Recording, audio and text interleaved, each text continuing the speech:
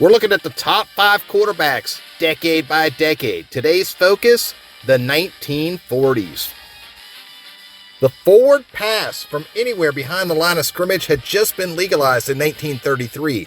As the decade of the 1940s progressed, tailbacks morphed into quarterbacks. WW2 caused careers to be interrupted or ended, and NFL rosters to be diminished, forcing temporary team mergers. And a rival league, the AAFC, was born.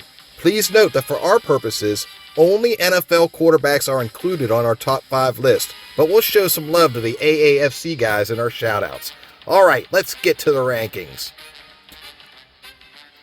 At number 5, we got Ace Parker. Ace Parker was named the NFL MVP in 1940 and also had a very good season in 1941 for the Brooklyn Dodgers, but after Pearl Harbor, he enlisted in the U.S. Navy and served for 3 years. He came back to pro football and played 2 more before retiring. At number 4, we got Tommy Thompson.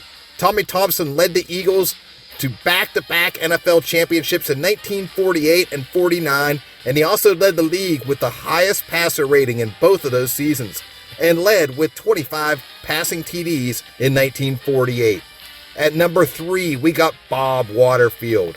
Bob Waterfield's 1945 rookie season was amazing. He quickly won the starting QB job and led the Rams to a 9-1 record and won the league MVP. Then he outdueled Sammy Baugh in the NFL championship game. He finished out the rest of the decade as one of the premier QBs in the league.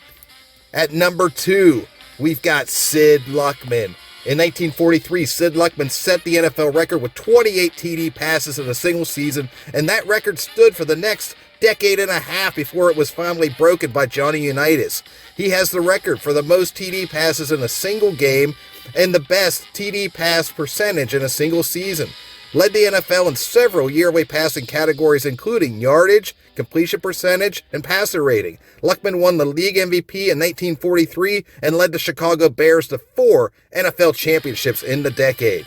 And then finally, at number 1, we've got Sammy Baugh. Slinging Sammy Baugh threw the most accurate ball of the 1940s, leading the NFL in completion percentage a whopping 8 seasons, and also kept the ball out of his opponent's hands the best, leading 5 times with the lowest interception percentage. He led the Skins to a championship in 1942 and is the only QB from this decade on both the NFL's 75th and 100th all-time teams. And now it's time for the shout-outs. We got Frankie Albert with the Niners of the AAFC, Irv Comp, Lambeau's QB in Green Bay, Otto Graham, the dominant force in Cleveland, and Roy Zimmerman, who made the All-Pro team as the QB of the merged-up Philadelphia-Pittsburgh Steagall squad.